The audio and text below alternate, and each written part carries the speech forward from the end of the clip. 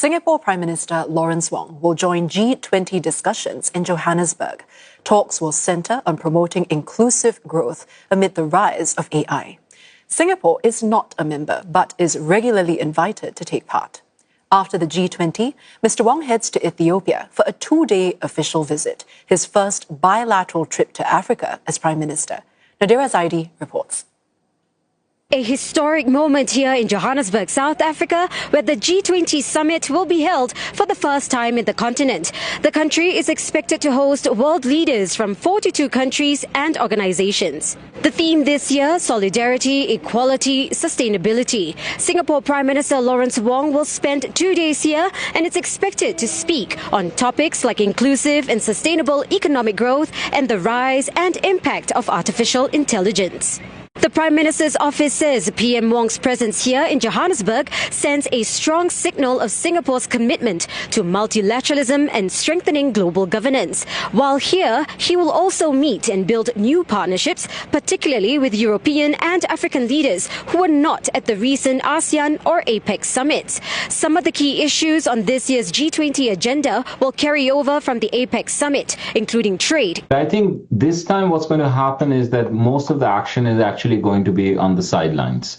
It's going to be, smaller groupings of countries getting together and thinking about, how to keep the world trade going, how to make sure that it's all not about the export controls and financial sanctions and things like that. So therefore, being at the table is absolutely necessary, even though this is far from sufficient.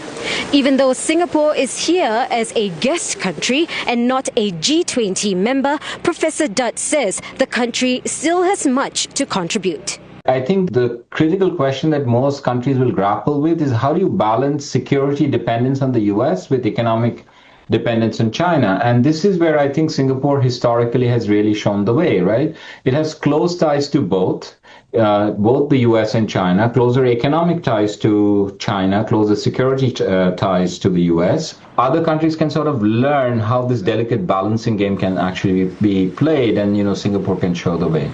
Meanwhile, the US won't be at the summit, even as it prepares to assume the G20 presidency next year.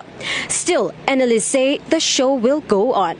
Honestly, I would say with the Americans not turning up, which is frankly not very wise of them, but them not turning up actually increases the chances of there being a joint communique coming out of the discussions in South Africa, because, I think the Trump administration would be disruptive. Before passing the baton, South Africa will use this year's summit to tackle urgent global challenges such as climate change, closing the gap between the global north and south, and addressing rising geopolitical tensions.